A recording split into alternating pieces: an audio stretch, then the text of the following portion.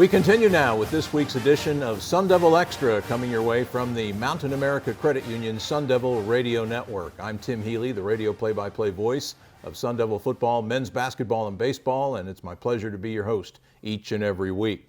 With a number 3 national ranking and being the Pac-12's highest-ranked team nationally at the moment, the Arizona State Sun Devils figure to be one of the favorites in this weekend's last ever Pac-12 Men's Golf Championships, which will take place at Desert Forest Golf Club up in Carefree. Here with us this week to talk about his 2024 team and to help preview the Pac-12 Championships is the gentleman who has led Arizona State to top 5 finishes each of the last 3 years at the NCAA Championships, including 2022 when the Sun Devils were the runner-up to Texas in the NCAA Finals up at Grayhawk Golf Club. Now in his 8th season at Arizona State, it's always a pleasure to welcome our friend, Coach Matt Thurmond, to the show. How are you, Matt? Thanks. Great to see you, bud. Thanks for having me. This is great. This is a big deal, always, to play in the Pac-12 Championships as your team gears up for postseason.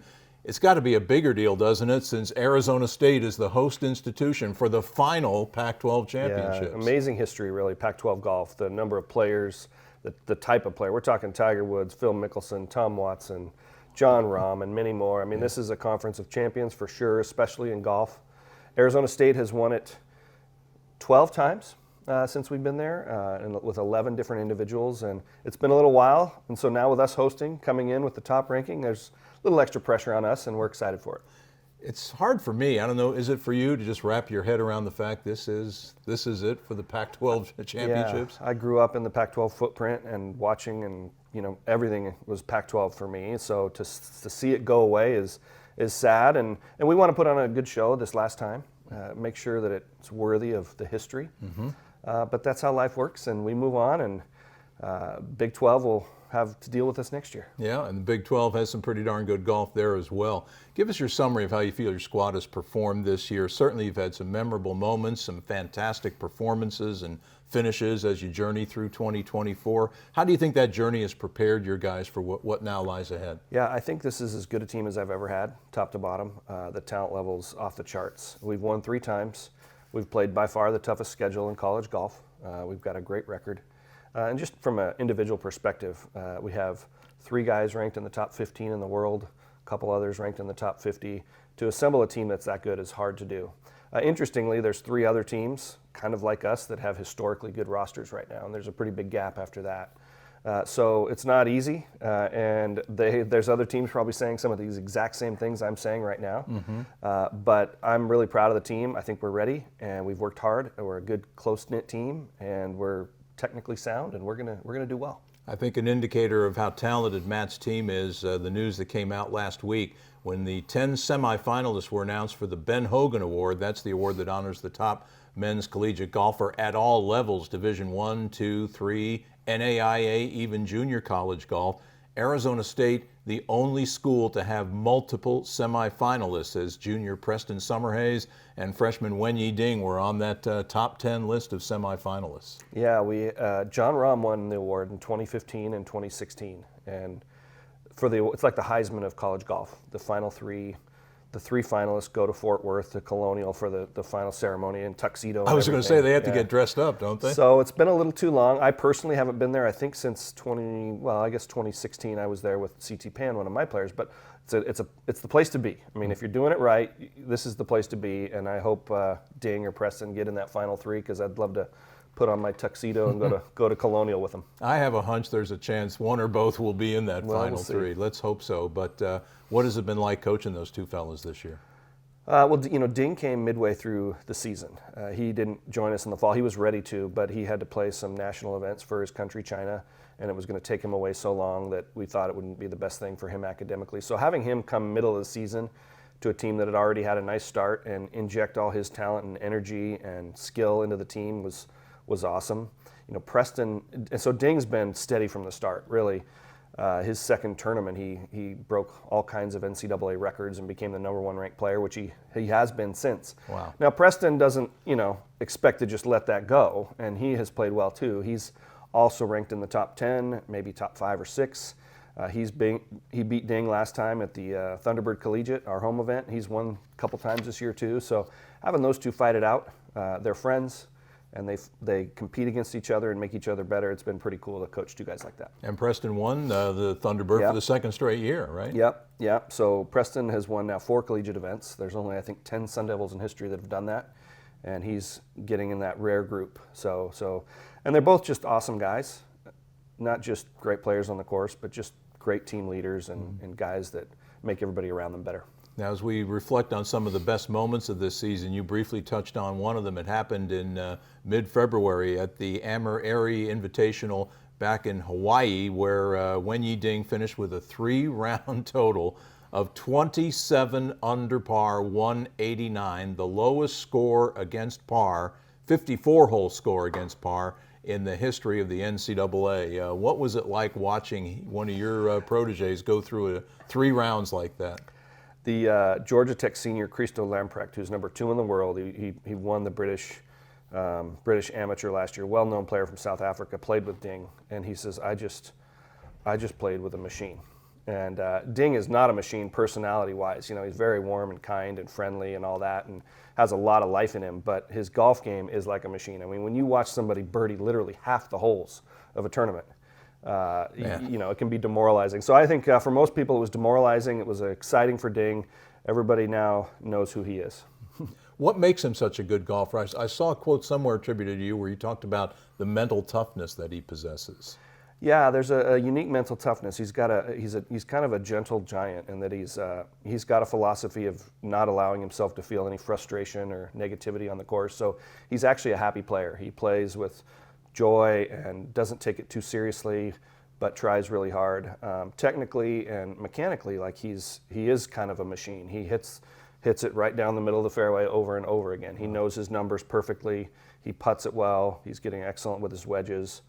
He's never going to break mentally. He's very strong that way. And but if you watched him play, you'd find someone who's really a pleasure to watch. He's warm and he smiles a lot, and he loves to play the game. What a great way to live life, huh? Yes. Boy, for sure. Then last week, your team, we talked about, they won the Thunderbird for the second straight year, and they were dominant last week at Papago, winning the event by 28 strokes with a team total of 38 under par, and Preston Summerhays taking medalist honors for the second straight year. Matt, how significant is it for your team to play that well and Preston to become a medalist leading into the Pac-12 championships? Well, when you're the golf coach, you also, do a lot of other things. And I host the event, and I invite the teams and try to get them to come. And we need the best teams to come. And after this victory, we're having a little bit of a hard time getting some other teams to come play next year. And I was worried about that. I'm like, is anybody going to want to come play us after winning by 28 strokes? But so that's real. But it was cool, to have we've always had this mythical dream of finishing, 1, 2, 3, 4, 5 in a tournament. It's hard to do on the schedule we play, but we've always believed we have the talent to do that, and we want to do it. Well, this tournament we finished 1, 2, 3, 5, 7. Probably the closest I've ever been to, a clean sweep. It would be like, in a cross-country meet, finishing 1 through 5. It's hard to do, but we almost did it. It was pretty cool. That is amazing. And, we talked about Ding and we've talked about Preston Summerhays, but as you said, you have a tremendous depth of talent. How does your rotation shape up for the Pac-12s this week? Yeah, I feel like Preston and Jose and Ding have taken up a lot of the airtime, but there's a third guy named Jose Le Ballester I think he's ranked 15th in the world right now. He's a 2-time All-American now as a junior. He's had a very solid year. He hasn't won any tournaments or done these spectacular things that have gotten the big attention. But he's, believe it or not, his scoring average is even better than Preston. He has been so solid and is also a European amateur champion, 3rd time now playing the Palmer Cup this year. He's a star player, and watch out for him this week and beyond. Michael Mjaseth is a sophomore, last year's Pac-12 Freshman of the Year. He's from Norway, and he's also playing well right now. Riggs Johnston, a 5th-year senior. People may remember in 2021, he finished 3rd at the NCAA Championships, All-American. Well, he's playing as well as ever also. He's also getting a graduate degree at Thunderbird, and he's got one last postseason to finish this thing off well, and he's playing great. And then our 6th man will be Connor Williams, as a freshman from San Diego. He's played La Costa a ton, and going to probably regionals and nationals in San Diego will be a big advantage for him. And as Matt mentioned, La Costa in the San Diego area will be the site of this year's NCAA Championships after the 3-year run up at Grayhawk Golf Course. This year's Pac-12 championships this weekend, taking place at Desert Forest Golf Club up in Carefree. It was reputed to be, if not the first, one of the first desert courses in the world. How did Desert Forest become the host site for the Pac-12s? We get one chance every 12 years, I guess, to host this thing, and we wanted to have a challenging course, a course where we felt we had an advantage, and also give a really unique experience with this once in 12 years. And so we wanted it to be a desert experience, and there's nothing more desert than Desert Forest. Don't even have the paved cart paths. There's snakes all over the place, saguaros. It's at 2,400 feet, so there's saguaros everywhere. I mean, it really is a forest of saguaros and mesquites, and it's a beautiful place, unparalleled, I think, in its beauty as far as courses in the area. And we're thrilled. I mean, we're so proud to be able to bring teams in and have them see the beauty of Arizona. It's kind of like a British links course, isn't it? Sort of. Yeah, except that you can't. If you miss the fairway, you're. And I got a speech planned. I'm gonna warn everybody about the snakes, which is gonna scare them from even trying to look for their ball. But the greens have some roll-offs like the links courses for sure. Yeah. How does the course play, do you feel, to the strengths and the skills and the games of your players? Yeah, I think it's very intimidating visually.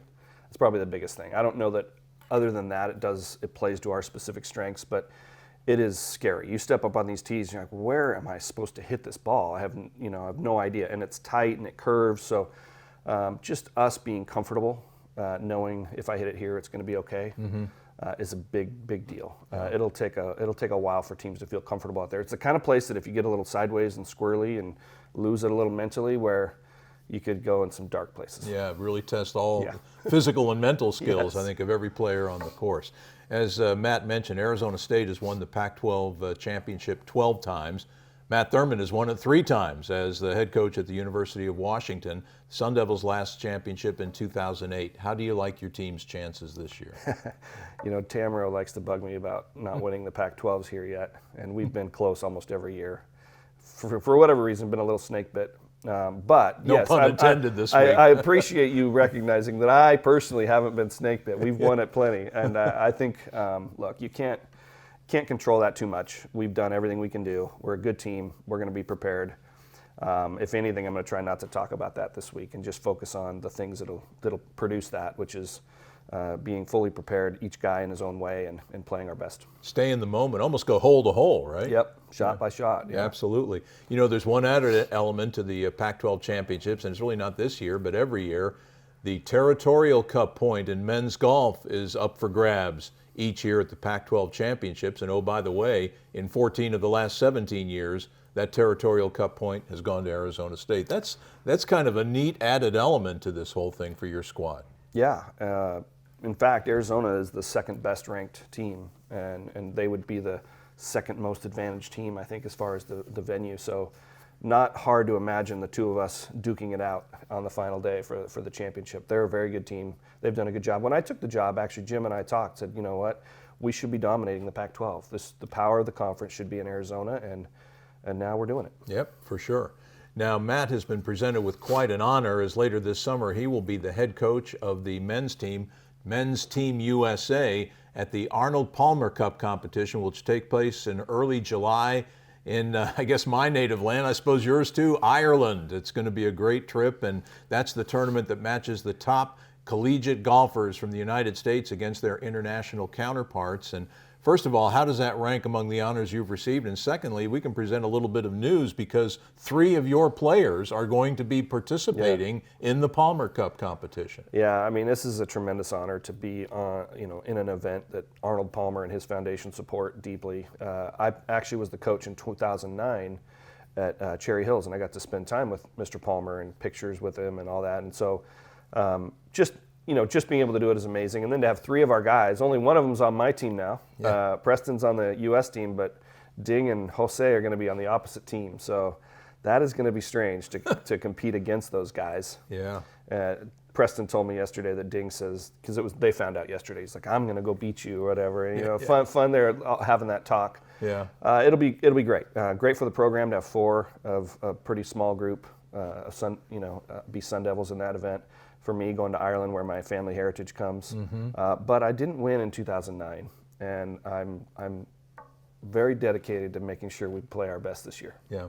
And Ding's listening off to the side here because he's going to join us in a moment, and he has other ideas in mind, right? Well, I've been trying to talk him into not playing. I'm like, you need a week off. You need to do something else this summer. Go home, visit family. But he's decided to play, and now I have to find someone to play against him. Maybe it'll be Preston Summerhays. There you go. Well, again, the Pac-12 Men's Golf Championships take place this weekend, Friday through Sunday, at Desert Forest Golf Club in Carefree. An exciting weekend of golf for the third-ranked Arizona State Sun Devils. Always great to visit with you, Matt. Best of luck this weekend. Thanks so much for having me on. Sun Devil men's golf coach Matt Thurmond, our guest on this segment of Sun Devil Extra. And coming up, we will close out this week's show by visiting with one of Matt's star players as ASU freshman sensation and the nation's top-ranked player, Wenyi Ding, will come by and visit.